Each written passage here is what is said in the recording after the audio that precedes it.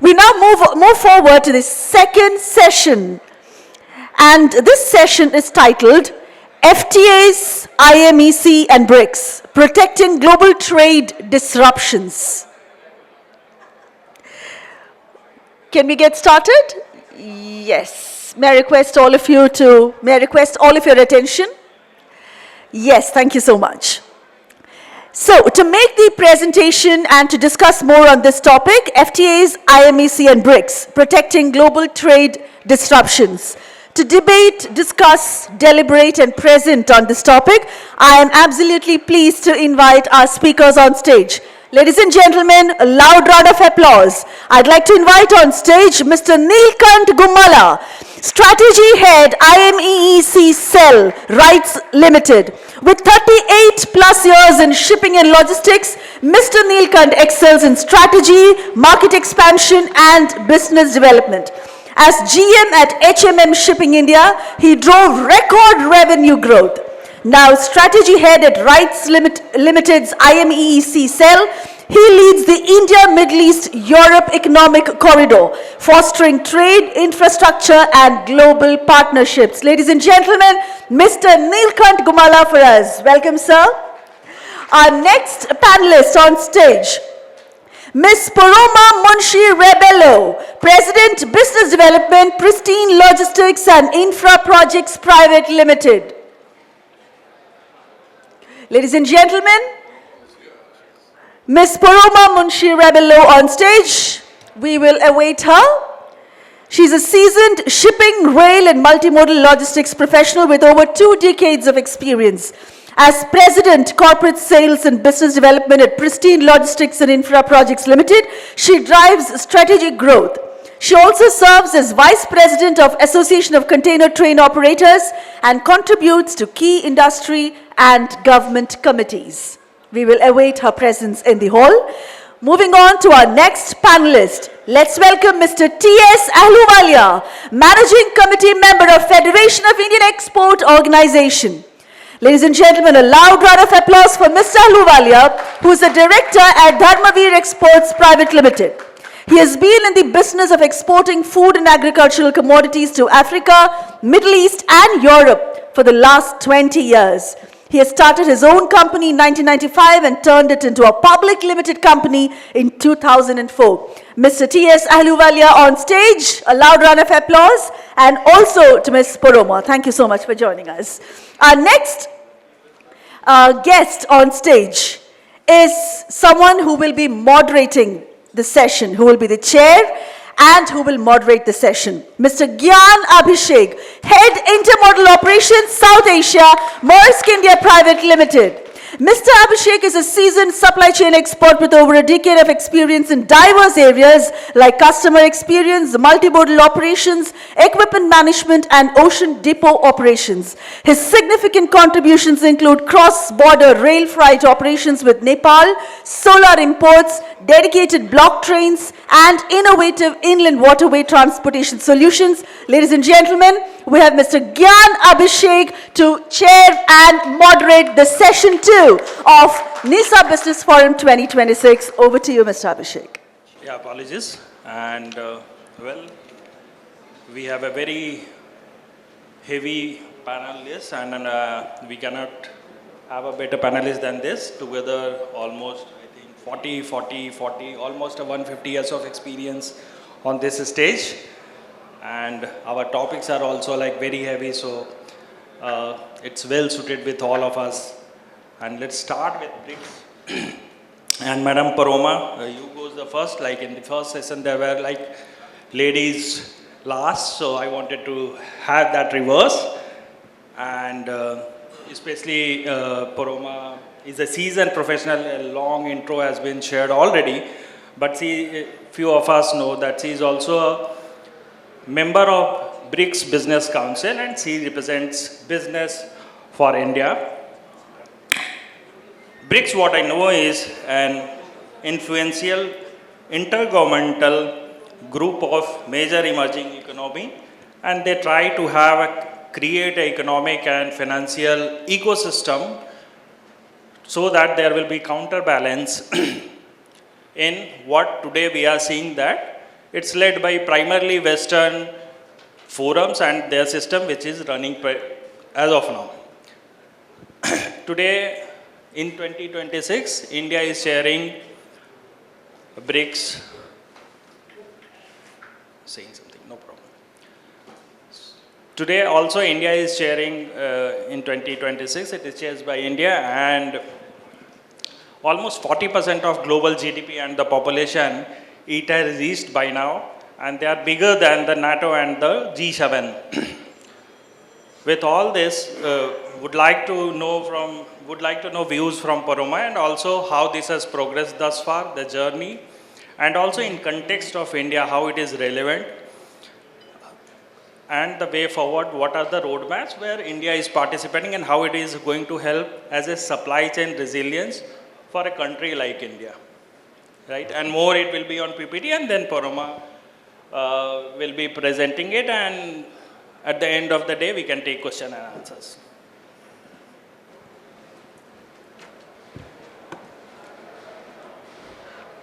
Thank you, Gyan. That was an excellent introduction. Ladies and gentlemen, friends, colleagues, first I want to thank Shashi Nair, President NISAA, and the Executive Committee of NISAA, and every member of NISAA for once again organizing an excellent NISAA Business Forum. We always look forward to this gathering because not only is it insightful and informative, it's also extremely professional. So thank you and congratulations once again. This is a successful NBF 2026, and I'm sure the rest of the evening will be equally good. So I am here to make a presentation. I will be very brief. I will not speak much. The presentation will actually speak for itself. All of us world over know that there is a coalition of great nations understood as BRICS and often now BRICS Plus. But what is BRICS? Other than the names of the countries who comprise BRICS, how much do we really know about BRICS? And what is BRICS doing to better global multilateralism, to better global communication, global trade, global infrastructure, technology, and so on? So, without much ado, I will go ahead. This is the BRICS 2026 logo. India is the chair for BRICS in 2026, and this is the logo which we have from India for 2026. Our Honorable Prime Minister Shri Narendra Modi in 2025, he described the upcoming year of BRICS, BRICS, so building resilience and innovation for cooperation and stability. So this is what BRICS means in the India chapter this year in 2026. Just like India brought inclusivity during at the G20 presidency, similarly, BRICS will now address the concerns of the great global south, which is a bloc which has gained in prominence, importance, and influence over the last few years. Most importantly, our Prime Minister has said that this will have a people-centric approach in the spirit of humanity first. BRICS. Where did the acronym BRICS come from? I think we all know. Brazil, Russia, India, China. Originally, it was just BRIC. Then, with the addition of South Africa, the S came, and then it became BRICS. Subsequently, several countries showed an interest to be part of BRICS, and now it now includes so many countries, 11 countries in all, so it is BRICS Plus. BRICS has established itself as a major geopolitical and economic bloc. We represent more than 49% of the world's population. Just think about it, staggering numbers. It's actually 49.5, hitting 50%. 40% of global GDP and 26% of global trade. covering a massive consumer base and probably an even larger workforce across so many countries. Think, there's Brazil, there's Russia, there's India, there's China, South Africa, and so many others. And as I speak, several other countries have shown interest to be part of the global South bloc. This is a brief history of BRICS. I will not belabor the points which are already made. I will just hold this slide for a few seconds so you can read it through. Now we have Egypt, Ethiopia, Iran, Saudi Arabia, and UAE became full members of BRICS. In addition, we have partner countries, Belarus, Bolivia, Kazakhstan, Cuba, and so on. As you can see, it stretches right across the globe. And these are actually little known facts, so it's a privilege to share this information with you.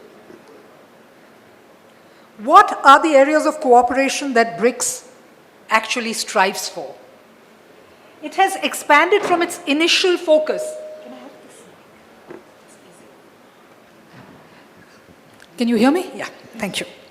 So BRICS has expanded considerably from its initial focus of purely economic issues and now goes into very, very structured 3 core pillars. Political and security, which is always a concern, as we know, and will continue to be. Economy and finance, and finally, cultural and people-to-people exchanges. So while we continue to talk about our 3 core pillars, we also encompass a much wider range of global issues like climate change, food and energy security, telecom, agriculture, labor, so on and so forth.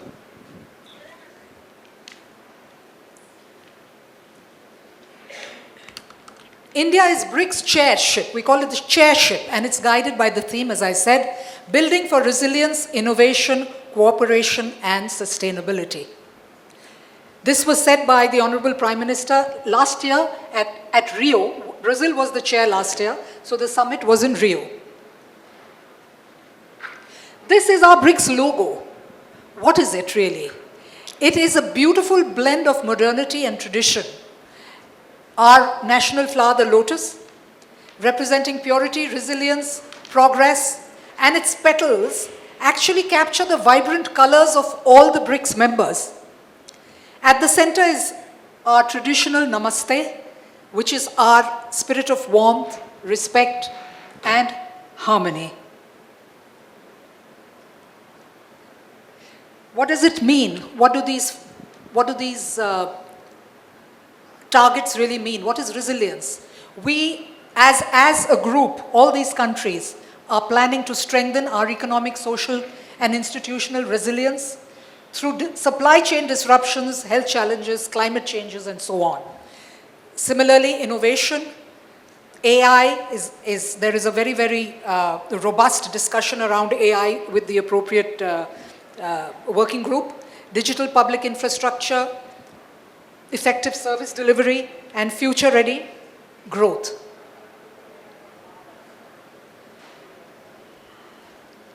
Cooperation. As I said, multilateralism is the key. We do not want to keep propagating the old unilateralism that the world has existed on. So multilateral engagement among BRICS members is actually a very core part of this whole lobby, this whole group. We have policy coordination across very many topics. I'm just touching upon briefly on a few of them. There's finance, trade facilitation, reforms in global institutional government, and also a look at barriers and bureaucracy which prevent a lot of these things from actually happening. And of course, finally, and absolutely probably the most important is sustainability. We believe in climate action, green finance, energy transitions, and so on.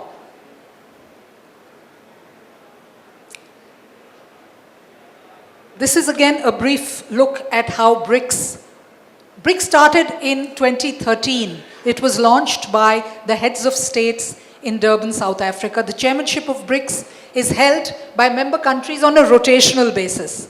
We last held the chairship in 2016 and 2021. Now, again in 2026. And FICCI is the India Secretariat for the Government of India for the BRICS Business Council. What is the Business Council? This is perhaps a very important part of the whole BRICS endeavor. So the BRICS Business Council basically strengthens and promotes economic, business and investment ties between BRICS countries, ensures regular dialogue between governments, G2G, and business communities, B2B, identifies and addresses trade and investment related bottlenecks. As I said, bottlenecks which we find in a lot of our discussions that so many bottlenecks exist simply because they haven't really been looked at. So we are looking at them and we are seeing how we can work around it or work through it. But the idea is to get it done. We tackle business demands and proposals that contribute positively to both trade and investment for all countries. And we drive initiatives that foster sustainable economic cooperation. The BRICS Business Council has 5 senior industry leaders from each BRICS country.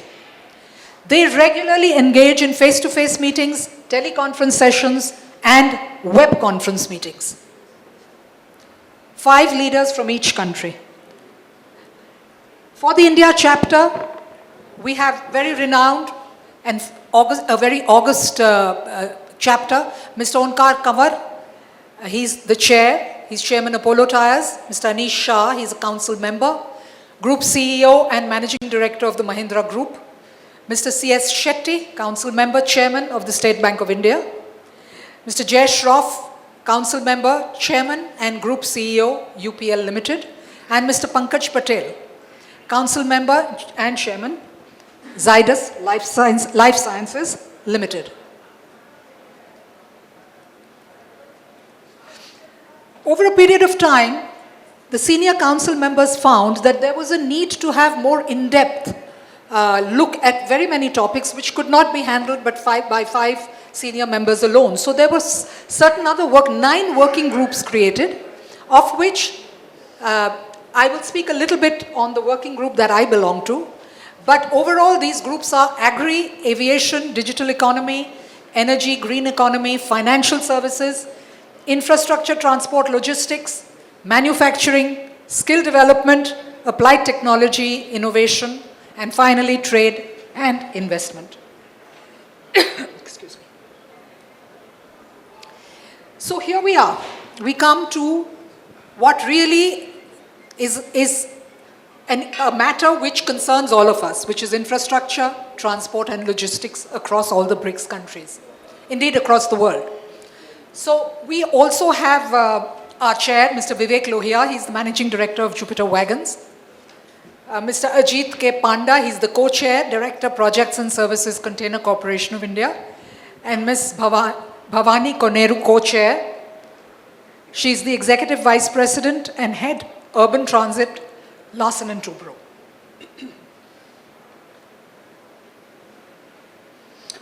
So I represent Pristine Logistics and Infraprojects Limited as a member of the working group on infrastructure, transport and logistics on the BRICS Business Council. Excuse me.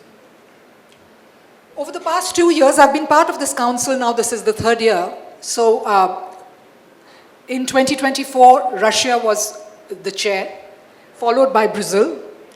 And we have had several rounds of discussions covering several topics.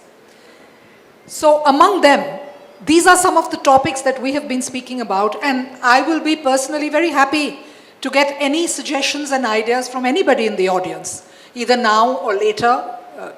What would you like to see different? What can you conceive when you think of the countries involved? You have China, then you have India, you have Russia, you have Brazil, which is in South America, then you have South Africa, and you have so many other nations. How do we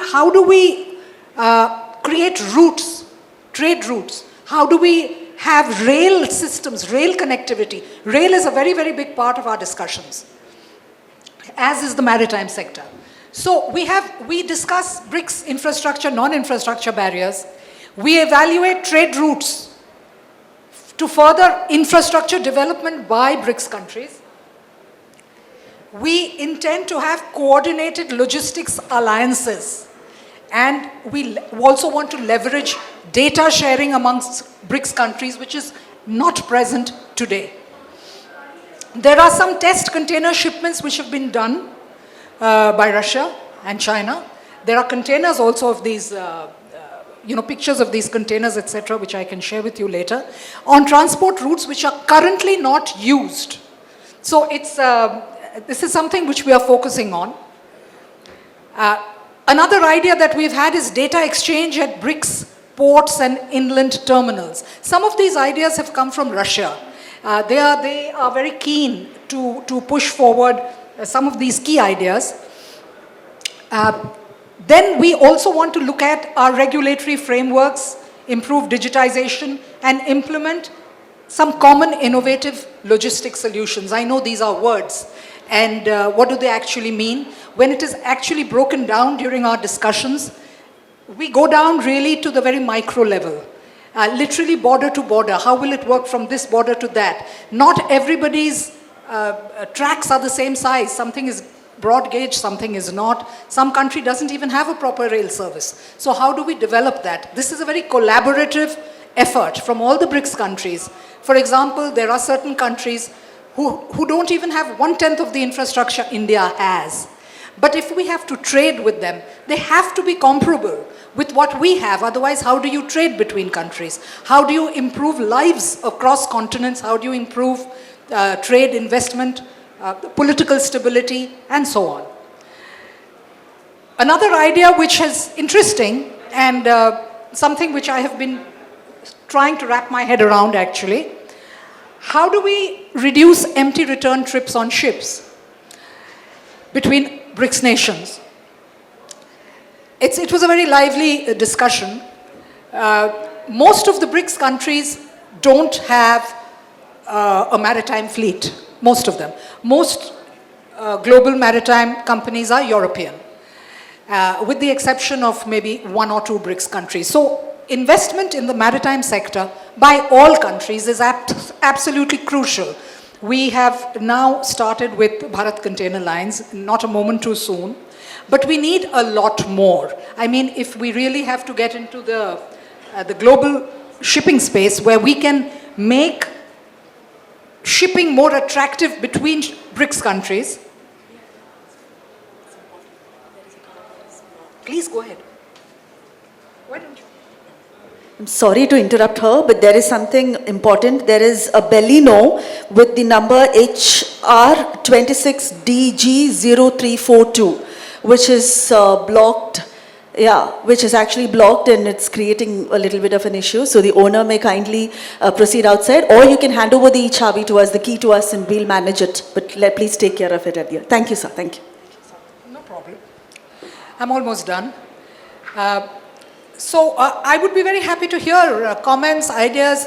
How do we reduce empty return trips? One idea I had, which I did share, was to have favorable, preferential port call costs between BRICS countries if the vessel is that country's flag vessel, owned by that country, not just flagged by that country. So there are various things that people, we can look at. Then we can look at a uniform common manifest across BRICS nations, which means that you don't have to file an EGM in the port of, at the origin country and an IGM at the destination country. You have a uniform common manifest which is recognized across BRICS countries and doesn't need to be checked multiple times, which makes ease of doing business for the exporter and importer that much, more convenient. Another idea which we discussed, which I haven't put here, was the idea of having BRICS container seals. Now we do know that the seals are provided by shipping lines, and shippers are given these seals and they seal the container at their premises.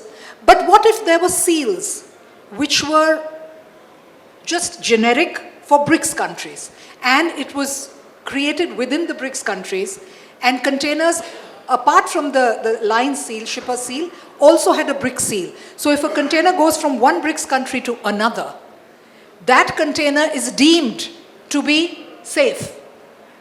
Or any other word that you may choose to apply to it, whether through customs or through any other parameters. So this is a very, very open and inclusive group, the infrastructure, transport, and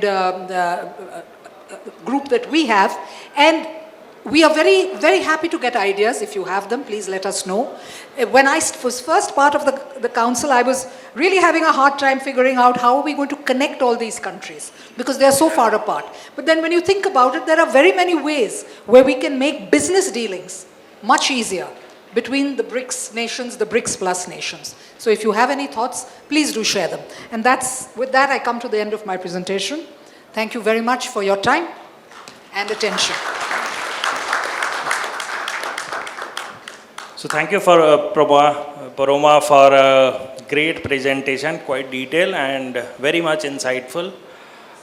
Key takeaway for me is like if there is right cooperation, exchanging the information between the countries and being resilient, there is a sustainable growth and there is a path to reach there. Thanks a lot. If there is any question from the audience on... I hope not, then we'll proceed for Ahluwalia sir, and the topic is FTA. India is expanding its free trade agreements, and of late we have seen that it has reached to 9 FTAs and spanning in 38 countries. Started with Mauritius, but in last 6 to 8 months we have seen a lot of deals along with UK, New Zealand, Oman, and then mother of all it's EU. And now each agreement is unique in its nature. It has taken and protected the interest of 1.4 billion Indians. This also shows that there is an economic power which is there in India, and that's why we have been able to reach onto this. But we have a very, very seasoned fellow who is there and will take us through all the agreements and more into nitty-gritty of it. Please proceed, sir. May I proceed, sir? Yes, sir. With your permission. नमस्कार. सारे बोलिए जी. नमस्कार. थोड़ा सा live रहना चाहिए. I will be using English, the main language, and in between I also use the Hindi and Punjabi. Okay? That will be fine for everyone? Okay. So last year, Trump Saab has wasted the economy, they troubled the economy of the whole world with the tariffs. And this year, that man is again charged with another thing, war. War between Iran, Israel and USA, and trouble to the allies, and now problem is coming to all over the world. We all are affected with the war. Many factories are going to slow down or stop working from today because the shortage of the gas. The cost is one thing, and stopping work is the other thing, the major thing. When you stop restarting will be again problem, what we faced last year also. Our industry in textile and leather and others, there were a lot of workers were there in thousands. They went their homes. When they want to restart the production, they again have to wait and then start. So that is one thing. See, we all are aware that the Pradhan Mantri Sahab and our Commerce Ministers has given us a objective goal of 10 trillion economy by 2030. We are familiar with this. And out of this, the 2 trillion economy will come from the exports out of 10. And if we further divide it, 1 trillion from the merchant export and 1 from the service export. It may be surprise to you, but it is visible. In next 2-3 years, the service export may surpass the merchant exports. Are you shocked about this? Service will surpass the merchant exports. There will be more service export and less the merchant exports. We'll discuss the reason about this. The fastest rising sector is the e-commerce. In domestic, we are about $180 billion. Growth rate is 18%. Total share in the consumer is 8.5.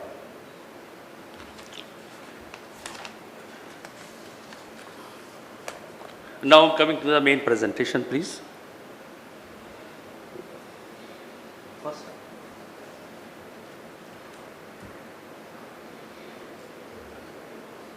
Our government, our commerce department, our DGFT, they have worked very hard in at least last 2-3 years. And we have already made free trade agreements with more than 50 countries.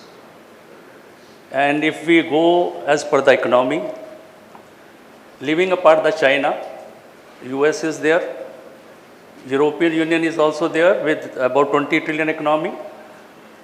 And then, of course, Germany is the part of the EU, so we will not take it in the picture. And then we are coming to India, 4 to 5 trillion economy. So the US is the largest economy, and the total trade in the world foreign trade happens about 33 trillion. If we further bifurcate it, is 25% is the service and 75% is the merchant exports. Next, please. So where we are working the global village, we have 150 trillion GDP. The word GDP is 150. This figure may be changed, maybe 5 to 10 more because I have taken the last year data. So don't confuse with the figures, actual figures, but it will be around this. And the global growth is about 3.2%. And world trade, as I said, is about $33 trillion. Indian GDP, if you see, the 23-24 performance as per the government data, our GDP has grown with 8.2%. The world growth is 3.2%. My country is growing with 8.2%. मजा आया कुछ? अच्छा लगा? Okay. So this is the way we can see the overall trade growth of the world and growth of the India. Next, please. This is our trade performance. If you see the left side, I have given the breakup. The merchandise export is 437, 438.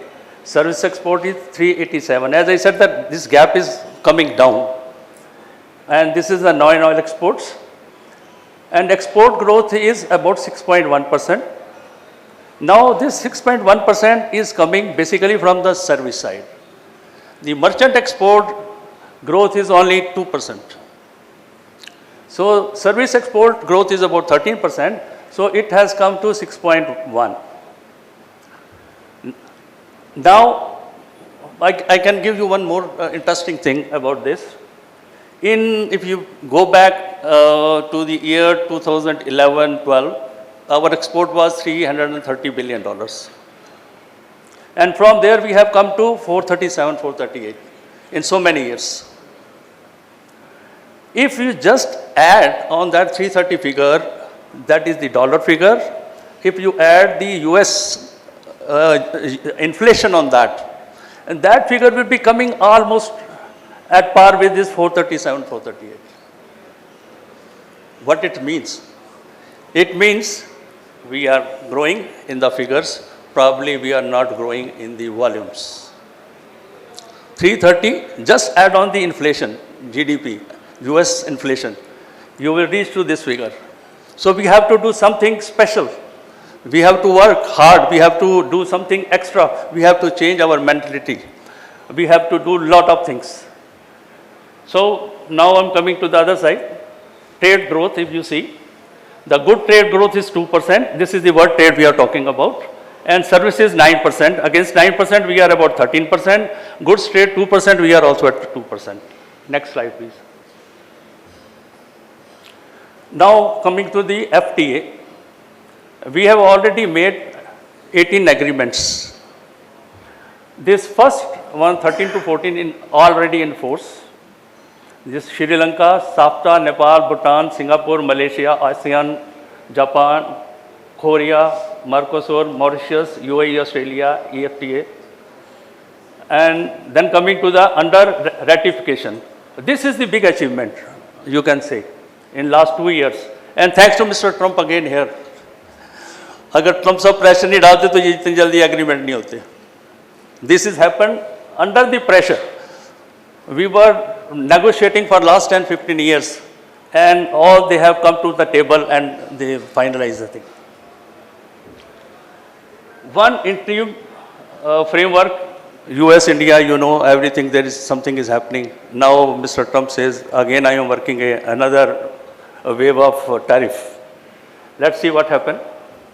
And these are the 8 to 11 under the negotiation. You can read the name. I hope the Canada will come first. If you see the economy wise, you know, we have already covered the 50% of the economy. So 150 out of 150, about 60-65 trillion economy we have already covered with this. Now the rest of countries are the small economy. Suppose now just consider India, we are the 4th largest economy. We says we are 4.5 or 4 trillion economy, but the consumer power is only 2 trillion, half. That's why the US and EU is very important for us, because per capita income there is very high. US is about $80,000 and European Union is again $50,000 or $40,000 against our income $2,500. So economy below the India, our level, they are not very significant, but the major part is done, and I say I must congratulate from here to the Commerce Minister also for doing this wonderful job. Next please. These are our major FTA partners and they are the powerhouse. United States, the economy size is 29 trillion. They are growing by 2 to 2.5% and per capita income is 80,000 per capita, but their consumer power is about $18 trillion. Just compare, in India, we have only 2 trillion. They have the 18. So that's why we need USA. European Union, the 18 to 19 trillion, their growth is very small, 1.1 and 1.5. We are growing by 8%. Population is there, 45 crore log hain, and 43,000 per capita income. Again, spending is very high. United Kingdom, 3.5 trillion economy, growth rate is very small. 6.7 crore people, 50,000 USD is the capita income. Good buying power. UAE again is a big power. Next, madam.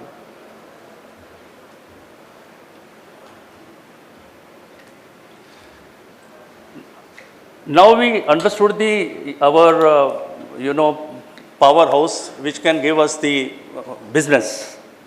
And what business we can do, we are focusing on that business and we are going to develop 50 plus product cluster.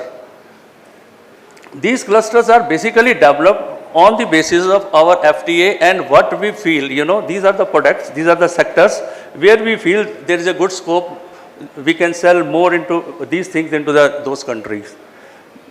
I can just name pharmaceutical, electronics, auto components, textile and apparel, agri staples, processed food, vaccine biotech, engineering goods, gems and jewelry, leather, footwear, marine products, specialty chemicals. Next, please.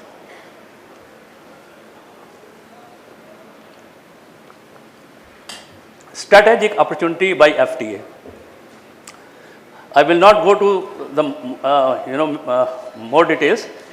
In most of the cases, wherever we have made the agreements, we have tried to protect our agriculture sector. And in most of the countries, the partner countries have given about 90-95% direct access with a zero rate to our products. Zero rate to 90-95% of Indian products. But problem is not there. Problem is here.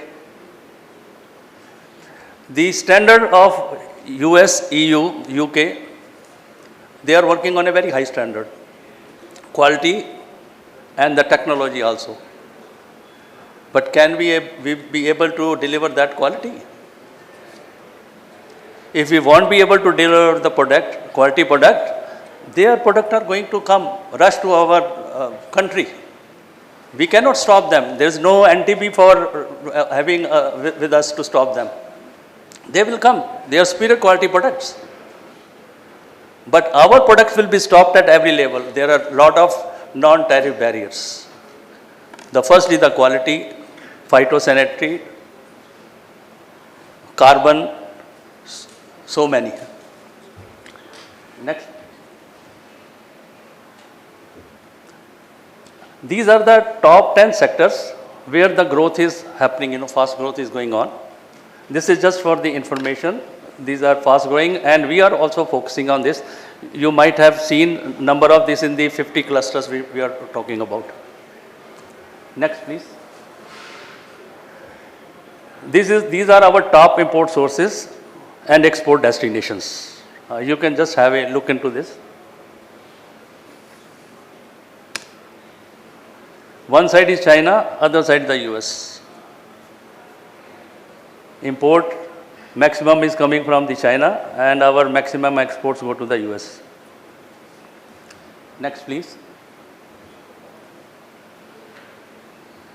These are the product categories which we import and we export.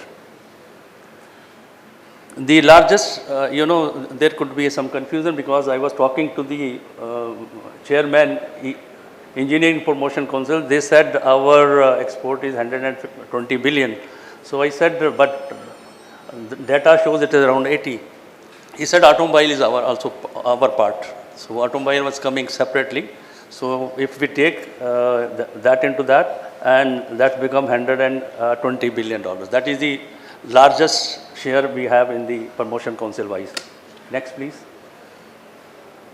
This is my preferred site. Thank you very much. So thank you, sir, for the great presentation. Like you going back in the slide which you were saying that service exports has surpassed the manufacturing. Do you see with the AI coming in and IT under stress, do you see the number is going to be changed drastically, dramatically? That manufacturing will again happen from India and exports will be through manufacturing. As an individual, how do you see that?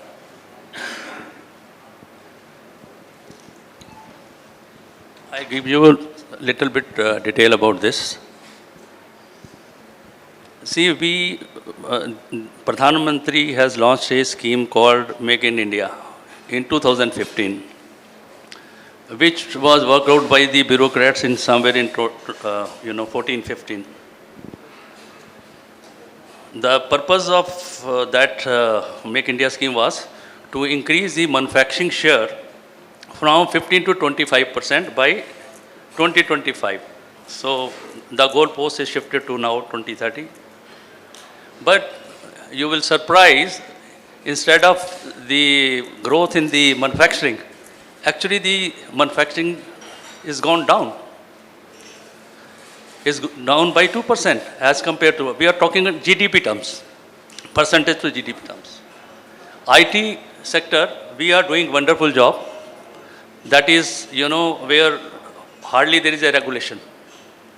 They are just producing the things and launch there from their computers or deliver to their buyers. And there is no regulator in between. In manufacturing, we have about 1400 law acts which are impacting any manufacturer. 60 inspectors can come and catch you. They can put you behind power, that power they have. So this kind of the regulation, if you go through the manufacturing, some improvement has done by 4 law, recently, modified. But still there is a problem. No one is interested in the manufacturing. Even if you see the family members in your family members, everyone is interested in, software or other jobs, service jobs. No one is interested in manufacturing. And that is the case with the USA also. In UK is again, everyone to be white collar, you know. They don't want to do the blue collar jobs. The service sector is definitely going to be up because of low or nil regulation. Thank you. Thanks a lot, sir, for overview. Yeah, we have last but not the least, Mr. Neelkant, who will be giving an insight on IMEC. And IMEC has not just for the country, but it's connecting multiple continents. And also it is there for developing the infrastructure, connectivity, and this has been like assisted by the Western countries also. So let's hear from sir. Thank you, Gyan. Good evening, ladies and gentlemen. IMEC was first conceived and made and announced during the G20 summit in 2023 in New Delhi. An idea which came up because preceding this event, the shipping industry had faced a serious problem as far as the canal is concerned, the Suez, and the issues in the Red Sea areas. So in order to try and find an alternative route, because otherwise things were getting bogged down, the idea of IMEC had come into being. And the gateway to Europe for the Asian continent was decided or planned that it will be through the Middle East region. India was the head starter for this, and as a result of which it was planned that India to UAE will be a sea route, as is the normal practice, and then onward from UAE right through the Middle East region, opening into the Mediterranean, it would be by rail, and then onward from the Mediterranean coast on the Middle Eastern side, onto the European coast by sea. So it was a classic case of a multimodal transport. The idea was definitely something which triggered the minds of everybody else and was well received. And the footprint, the drawing board was put in place. Now let me just tell you that there are two parts to this whole concept. One is, of course, the development of the entire infrastructure that is necessary along this route of this corridor, which is a work in progress. I do understand that the recent happenings could have impacted those developments, and to what extent and to what kind of situation it will lead to, I suppose it is anybody's guess. So I would not tinker around with those, or neither would I hazard any kind of presumptive statements on those factors. But let me assure you that the work had started and is on. Temporary suspension, maybe. The other side is, the idea was to sort of make it into almost a kind of a green channel movement, whereby goods move seamlessly across the borders of various countries that it passes through, so that not only will trade benefit by way of a seamless movement of goods, but it will also ensure that the speed of movement of goods will happen. Something along the lines of how the movement of trade happens in the European Union at the moment between different countries. So with that idea in mind, the Ministry of Ports, Shipping and Waterways in India was entrusted with the task of putting in place a kind of a system which will help seamless transmission of entire information exchange between the various countries or various ports or destinations along this corridor. The Ministry of Ports, Shipping and Waterways thereafter entrusted this responsibility to RITES, an organization that I am presently representing, to develop an interface which will act behind the scenes. It is not going to be like your normal portal. It's just a platform which will be working at the back end for ensuring seamless instantaneous transmission of all information from origin locations to destinations, to destination ports, which would mean that almost everything will be ready as and when the vessel is arriving at the destination port, ensuring or possibly making it possible for every importer to probably be ready to take delivery on the day when the vessel arrives. Unless, of course, there are certain issues which local customs or regulatory bodies wish to examine further, that's another matter. The efficiency of ports will also be definitely enhanced because they will be able to plan better as to which containers they need to set aside, which containers they are sort of already into the green channel and put it across in a different yard for it to be moved out seamlessly. So it is with this objective that RITES got into the Act, and we decided to develop a product, a platform which will help entire seamless transmission of documents and information, be it information related to the shipping lines, be it information related to the importer, exporter, be it information related to even the customs, so your manifests, etc. Essentially, these are the things.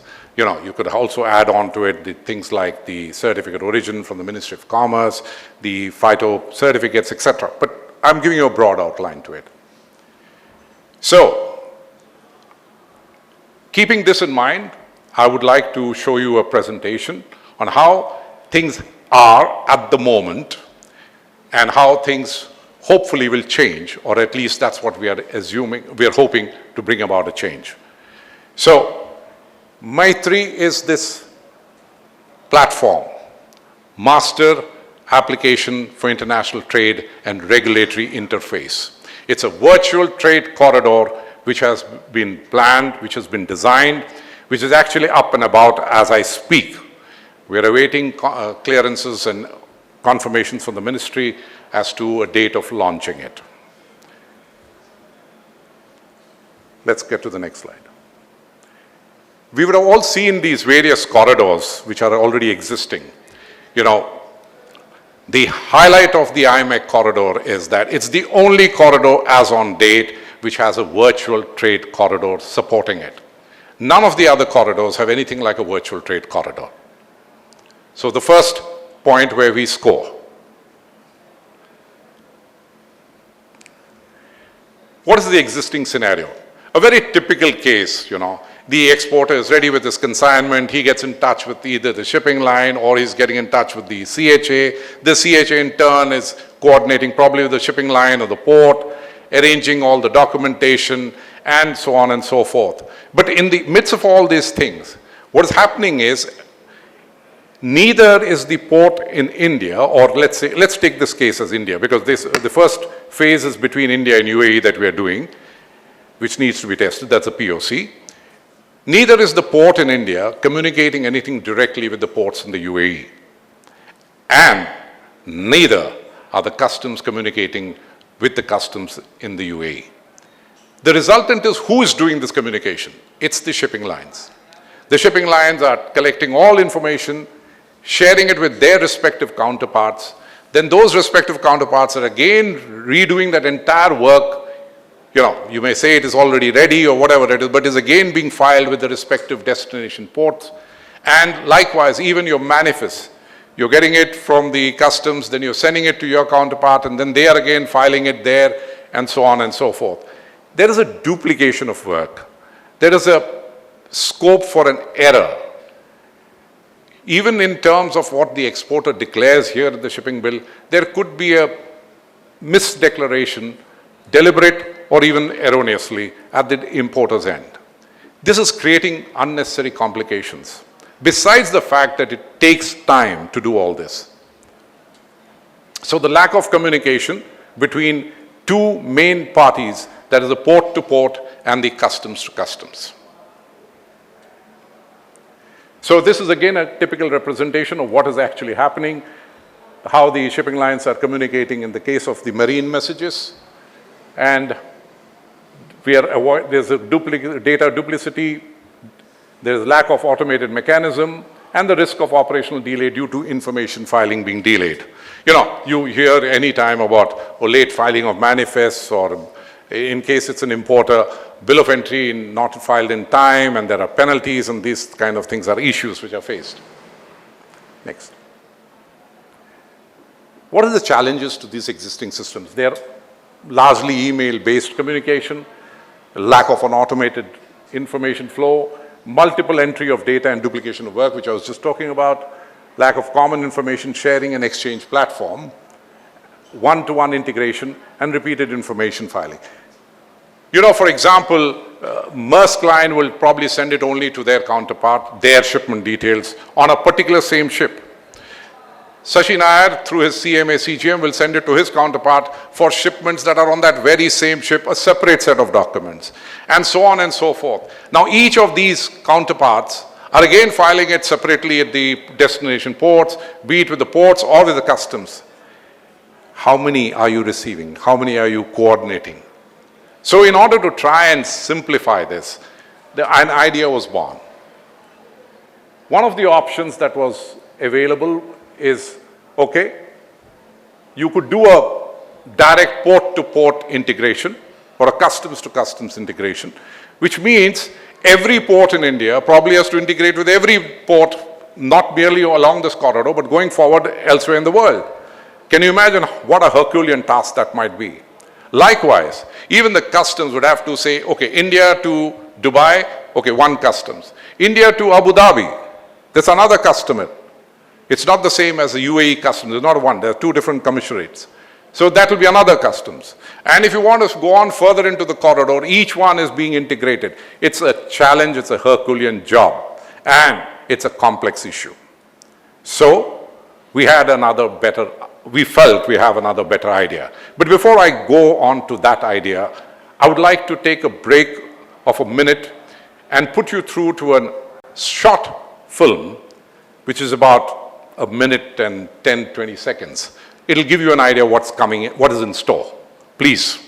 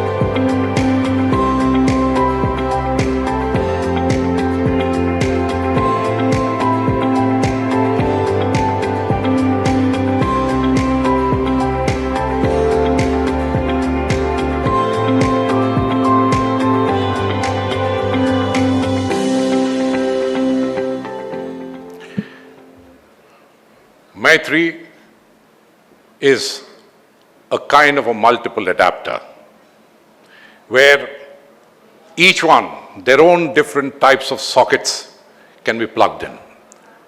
It can take any kind of a socket. You can just plug in. You need not make any changes into your systems. Maitri is not something which anybody, your users can use. It's only going to work behind the scene for you. So your platforms, independent portals, etc. will remain as it is.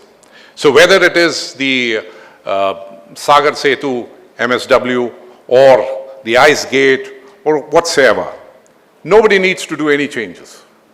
And no matter what levels are you working on, you can easily plug on to Maitri because it is on a universal API concept. So absolutely no problem. We are not stepping onto the toes of any of the platforms that are existing not only in India, but the world over. All that it is doing is, at the origin, your various platforms that are available at the origin will simply get plugged on to Maitri through the API integration, and information will flow from their different portals onto Maitri.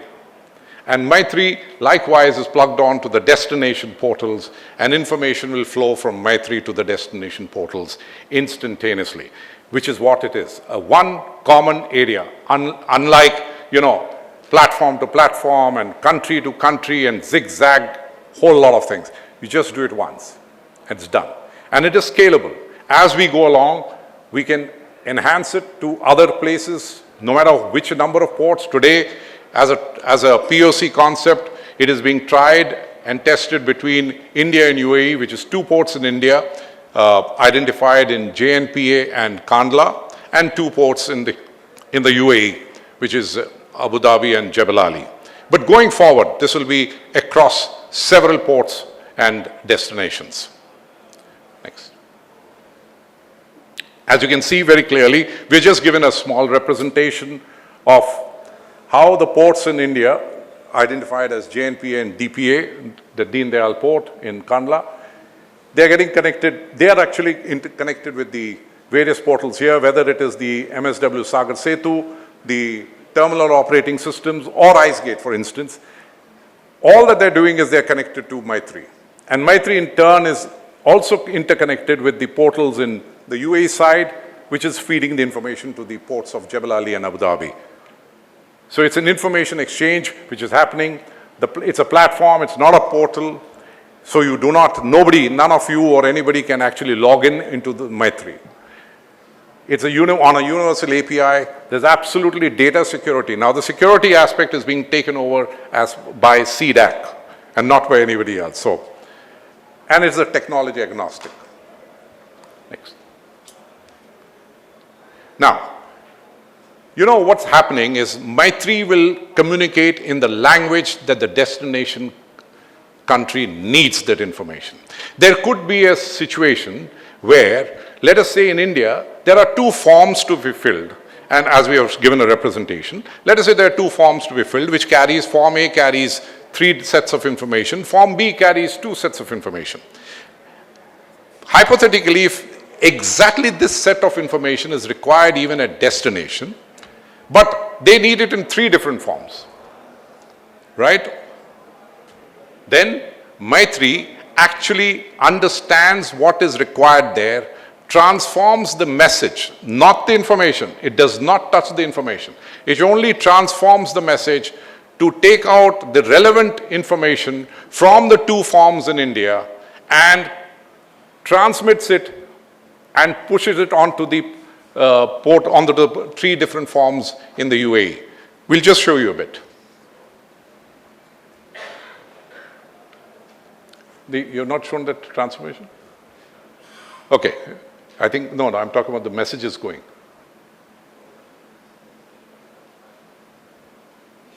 Oh, you showed it, huh? Oh, sorry, okay. Yeah.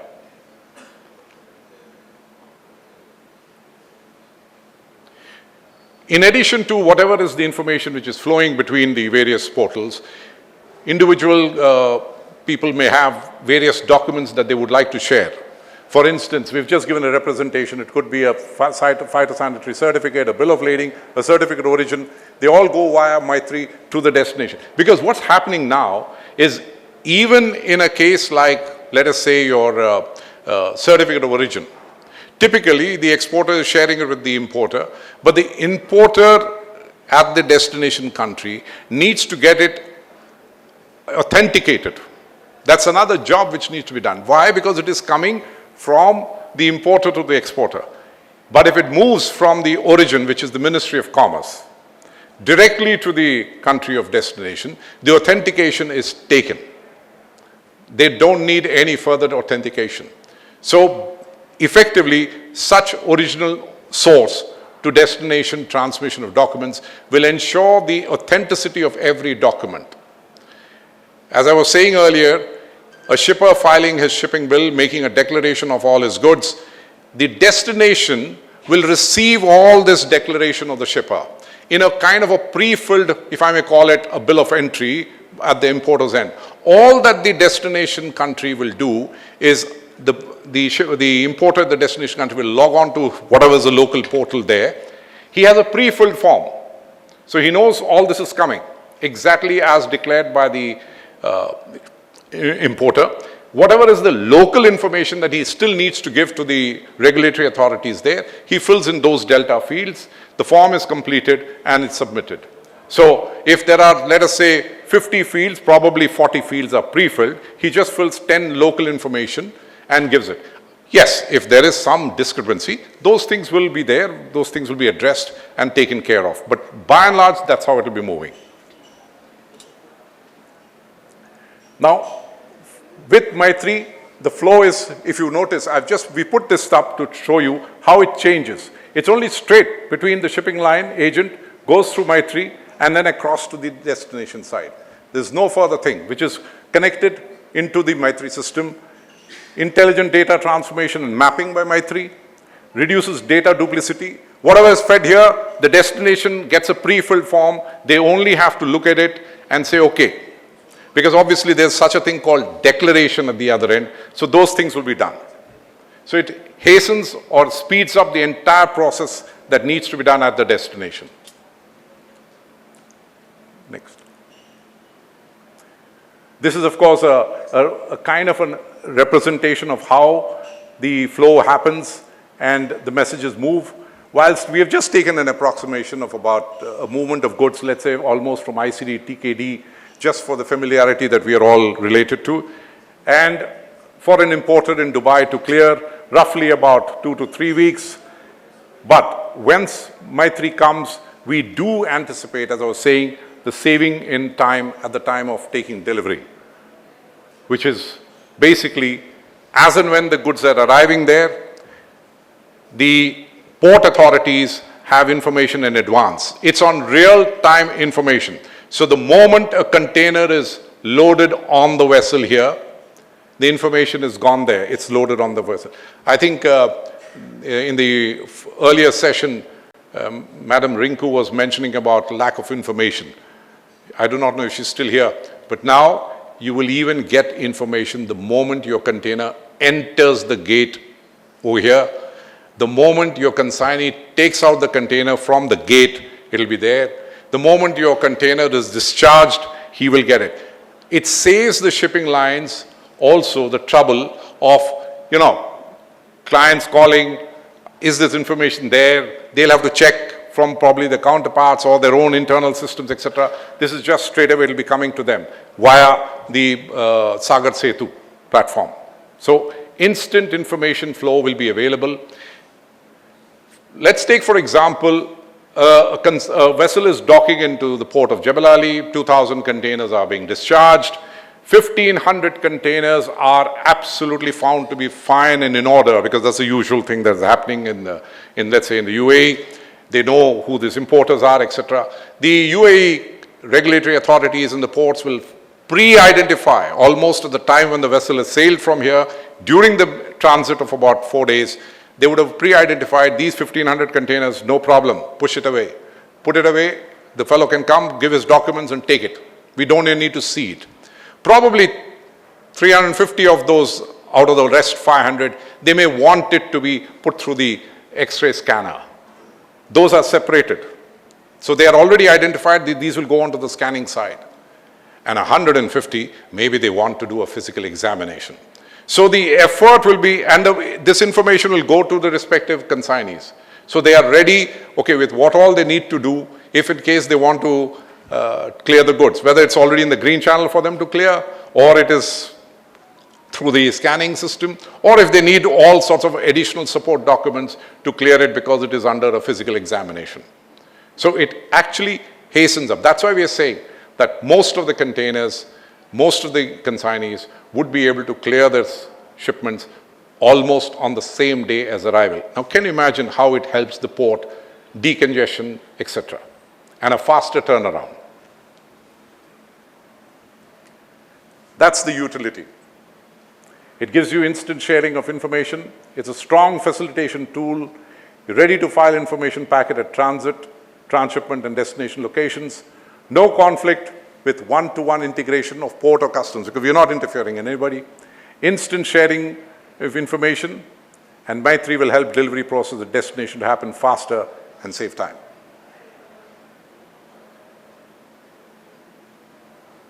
Thank you, ladies and gentlemen. If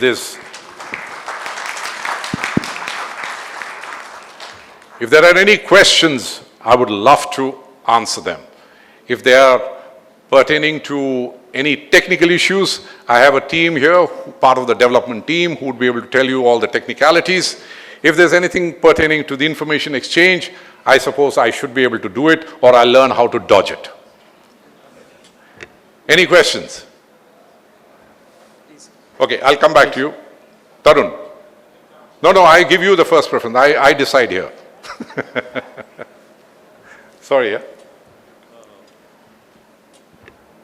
The thumb rule observation is that intermodal, firstly sea and then land bridging, because I noticed here the land bridge is a substantial part of the voyage journey, which could be thousands of kilometers up ahead and moving into European side. So how does the cost economics look like? Because is it going to be viable instead of having to move it around the Red Sea or whatever the alternative routes by sea, throughout by sea, because there is a additional cost even for the transfer, the handling, etc. at maybe 2 points. Tarun, the Ministry of Port Shipping and Waterways had done a study on this, and it was found that there are going to be a reduction in cost and also a reduction in the transit time between, let's say, India to the European port, even when compared to the canal route, Suez Canal route. So could you... To what extent, I am not privy to this information, but that's the general information that we have. Probably you'll have to wait for a little while to know, and you know, the proof of the pudding is in the eating. We'll have to wait for a while. Okay, so we'll park it at that. Thank you.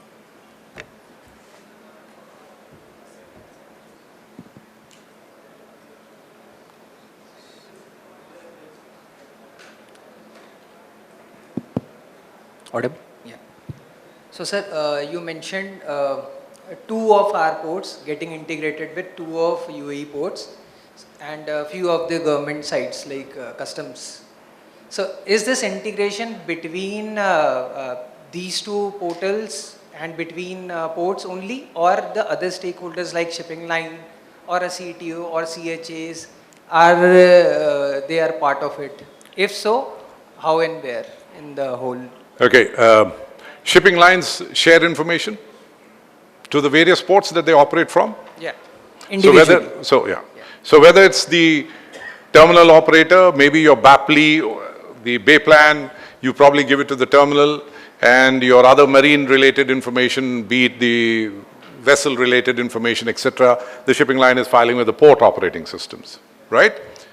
Maitri integrates with these systems, right? So, irrespective of which port you're doing, of course, as I said, this is part of the POC, which is just the testing.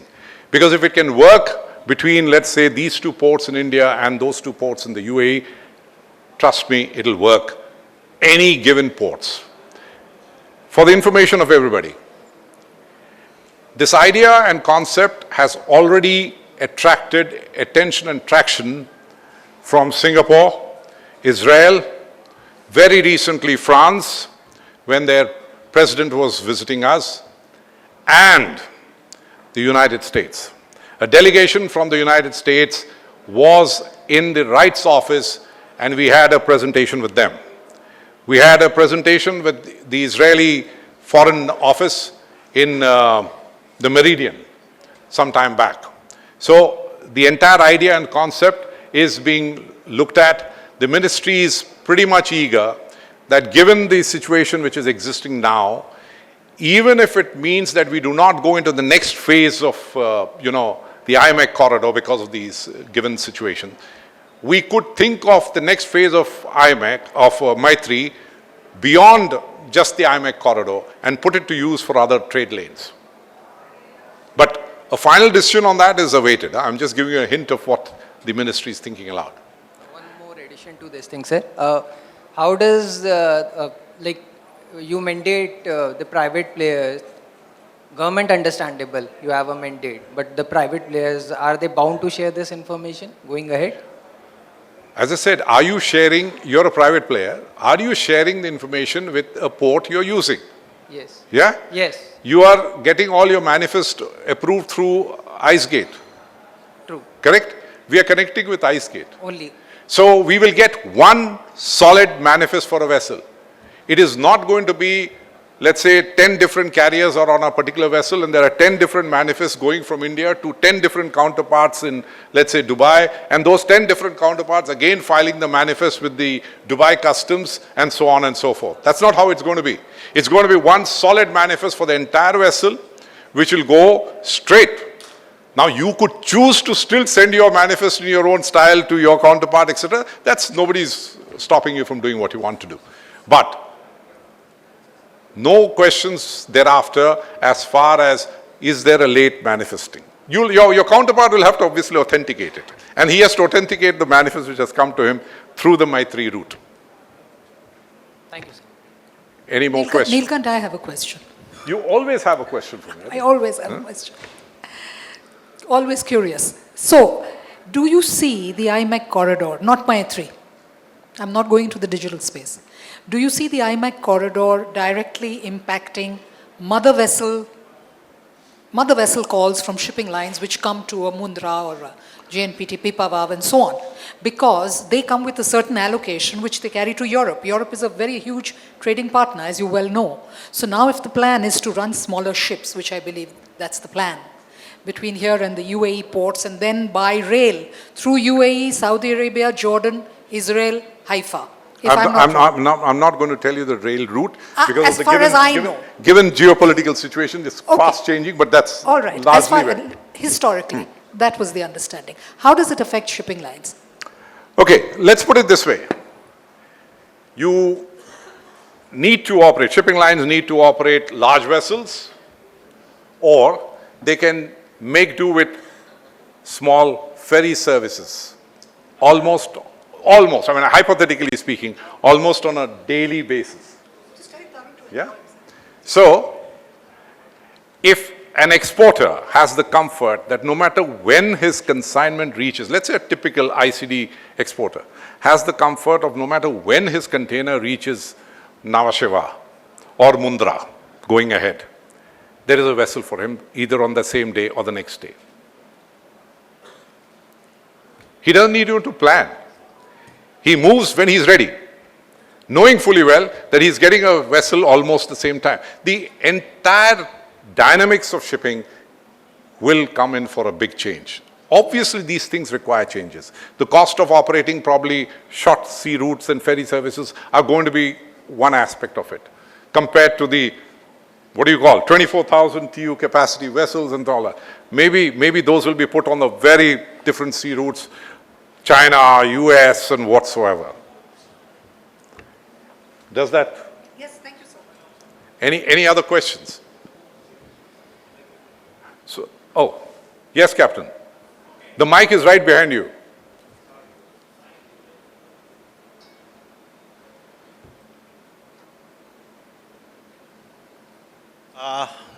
The concept is good, it's understood, but aren't you traversing through the most volatile regions globally, and currently what's going on and what's going to happen in future?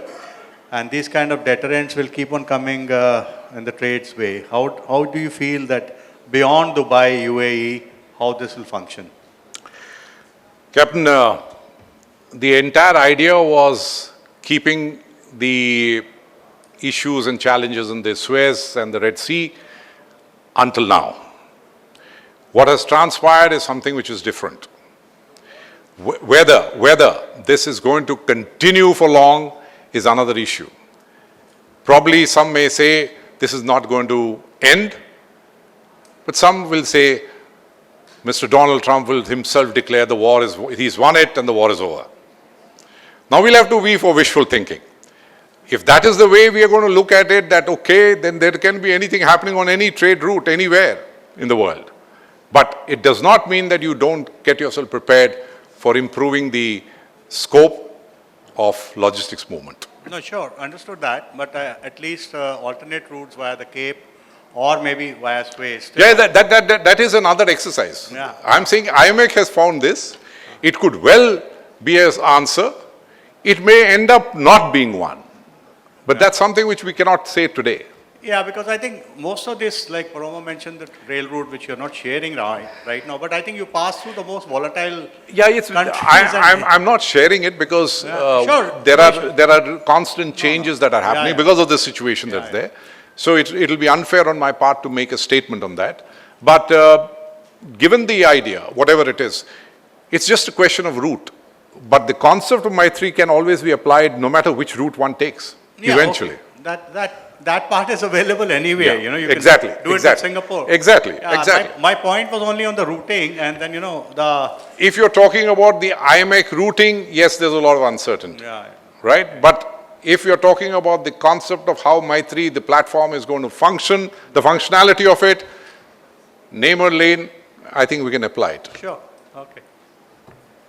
So we'll take Yes, one Captain. last question, and thereafter we have another presentation. I have created a lot of confusion, I think. That's why so many questions are coming. Anil, I have an answer for you. They are planning to make a canal and bypassing Hormuz. Might take some time.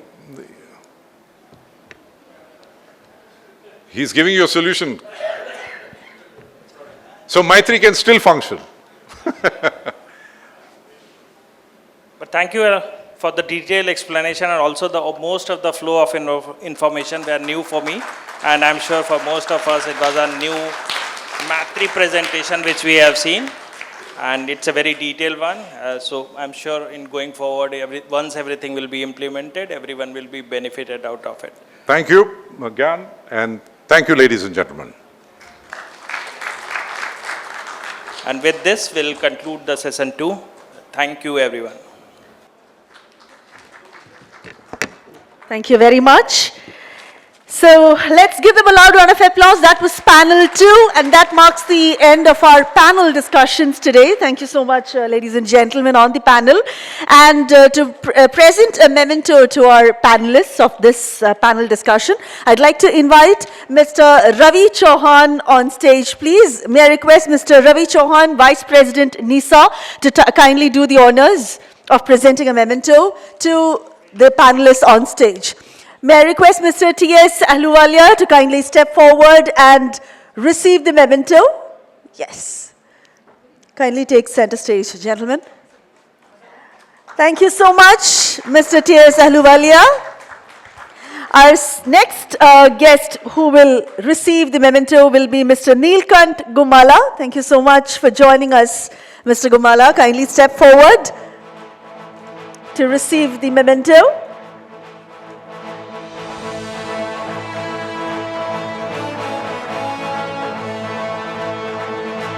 Superb. Thank you so much. May I request Ms. Poroma, Munshi, Rebello to kindly step forward and receive this token of our love and gratitude. Thank you for joining us, ma'am, today. And of course, put your hands together to invite Mr. Gyan Abhishek, who was a chair for this session. Thank you for joining us and for moderating the session.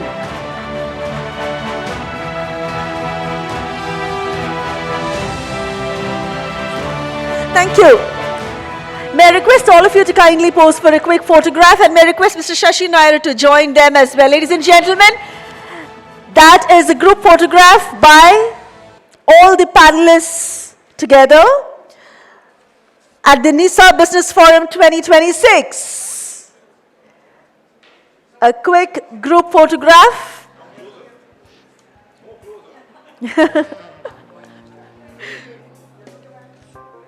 Last but not the least, I invite NISAA Vice President Ravi Chauhan to kindly come on stage to propose vote of thanks for this lovely evening. Distinguished panelists, speakers, moderators, and our most valued invited guests, ladies and gentlemen, good evening.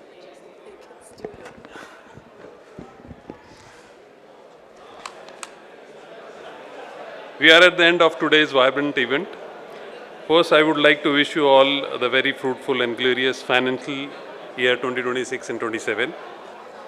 I, on the behalf of Northern India Steamer Association and the entire shipping fraternity, thank you one and all present here. It was a wonderful day indeed. We shall cherish the memories of the event for the long time to come and will help us to take forward the causes of the industry with the greater enthusiasm and fervor. I would like to take this opportunity to thank all the distinguished guests present in the gathering and their support to NISAA. It is indeed a matter of pride and privilege to have you here. I thank to the panelists and the speakers for the wonderful discussions that have paved the way to NISAA to take forward the various issues faced by the fraternity. We thanks to you being with us this evening. I also thank Mr. Manish Puri and Mr. Gyan Abhishek for the brilliant moderations during the discussion. Recommendation of each session is well noted and the same would be taken with the related ministry department and endeavor to solve the same trade benefits. I would like to record our sincere thanks to the esteemed sponsors for the support they have extended to the NISAA Business Forum. We have not been able to organize such event without their support. I extend my thanks to Mr. Sudhir Nambiar of India Sea Trade and his team for the perfect logistics support, guidance, cooperation extended to the evening. I also extend my thanks to Crown Plaza Hotel for the flawless execution of this event. Last but not the least, I extend my heartfelt thanks to all the members of NISAA for their valuable support all through these years.